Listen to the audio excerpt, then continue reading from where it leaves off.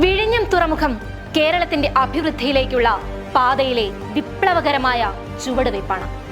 ഇന്ത്യയിലെ ആദ്യത്തെ mega transshipment container ടെർമിനലായി ഈ ആഴക്കടൽ തുറമുഖം വികസിക്കുന്നു. കഴിഞ്ഞ ദിവസം വിഴിഞ്ഞത്ത് കപ്പലെടുത്തത് സർക്കാരിന്റെ ഇച്ഛാശക്തി ഒന്നുകൊണ്ട് മാത്രമാണ്.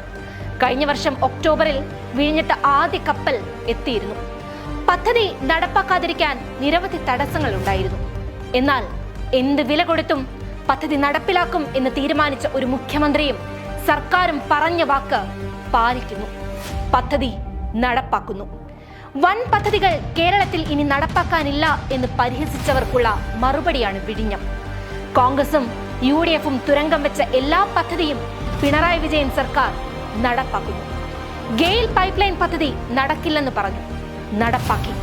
ദേശീയപാത വികസനത്തിന് തടസ്സം നിന്നു. ഇടതു സർക്കാർ സ്ഥലമേറ്റെടുത്തു. നിർമ്മാണം ഉടൻ പൂർത്തിയാകും. ഓർക്കുന്നില്ലേ ഇടയ്ക്ക് നിലച്ചുപോയ ഇടമൺ കൊച്ചി പവർ ഹൈവേ? പിണറായി വന്നു, പദ്ധതി പൂർത്തിയായി. ദ്രുതവേഗം നടന്ന കൊച്ചി മെട്രോ, ഈ സർക്കാർ വിഭാവനം ചെയ്ത കൊച്ചി വാട്ടർ മെട്രോ, വരാനിരിക്കുന്ന മലയോര ഹൈവേ. ഇപ്പോൾ വിഴിഞ്ഞം പോർട്ടിൽ കപ്പലടുത്തതോടെ മെഗാ പദ്ധതികൾ അതിവേഗം പൂർത്തിയാക്കുന്ന ഇടമായി കേരളം മാറി. വിഴിഞ്ഞത്ത് ആധുനിക തുറമുഖം എന്ന ആശയത്തിന് പതിറ്റാണ്ടുകളുടെ പഴക്കമുണ്ട്. ഒരു പ്രകൃതിദത്ത തുറമുഖം എന്നതാണ് വിഴിഞ്ഞത്തിന്റെ പ്രത്യേകത. 20 മുതൽ 24 മീറ്റർ ആഴമുള്ള വിഴിഞ്ഞത്തിന്റെ കടൽ തീരമാണ് അതിന് അനുയോജ്യമാക്കുന്നത്. പൊതുമേഖലയിൽ ആധുനിക തുറമുഖം എന്ന പദ്ധതിയായിരുന്നു ഇടത് സർക്കാരുകൾ ലക്ഷ്യം വെച്ചത്. എല്ലാ കാലത്തും UDF അതിന് തുരങ്കം വെച്ചു പോന്നു.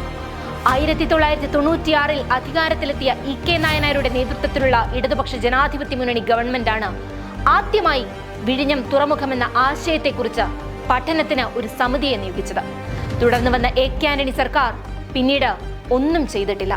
തുടർന്ന് 2006 VS അച്യുതാനന്ദന്റെ നേതൃത്വത്തിലുള്ള സർക്കാർ തുറമുഖ മുഖ്യമന്ത്രിയായിരുന്ന M വിജയകുമാറിന്റെ ഇടപെടലിന്റെ ഭാഗമായി കേന്ദ്ര അനുമതിക്കായി നടപടികൾ സ്വീകരിച്ചു.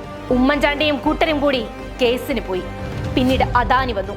CAG റിപ്പോർട്ടിൽ കരാറിനെതിരെ അപാകതകൾ കണ്ടെത്തി.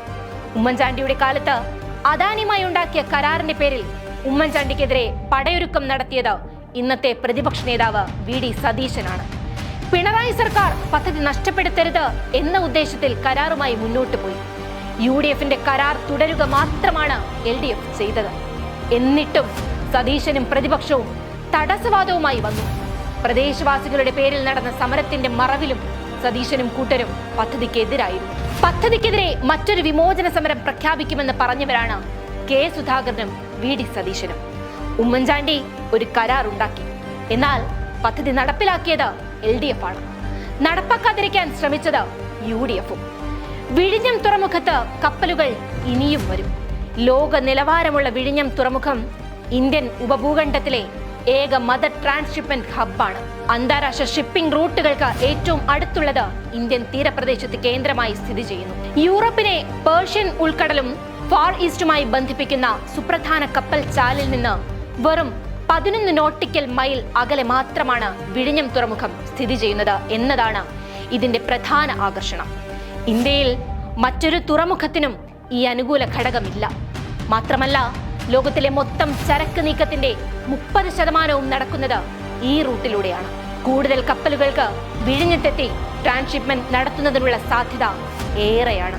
നവകേരളത്തിലേക്കുള്ള കേരളത്തിന്റെ മുന്നേറ്റത്തെ ആർക്കും തടയാനാകില്ല എന്നതാണ് ഈ സർക്കാർ നൽകുന്ന സന്ദേശം.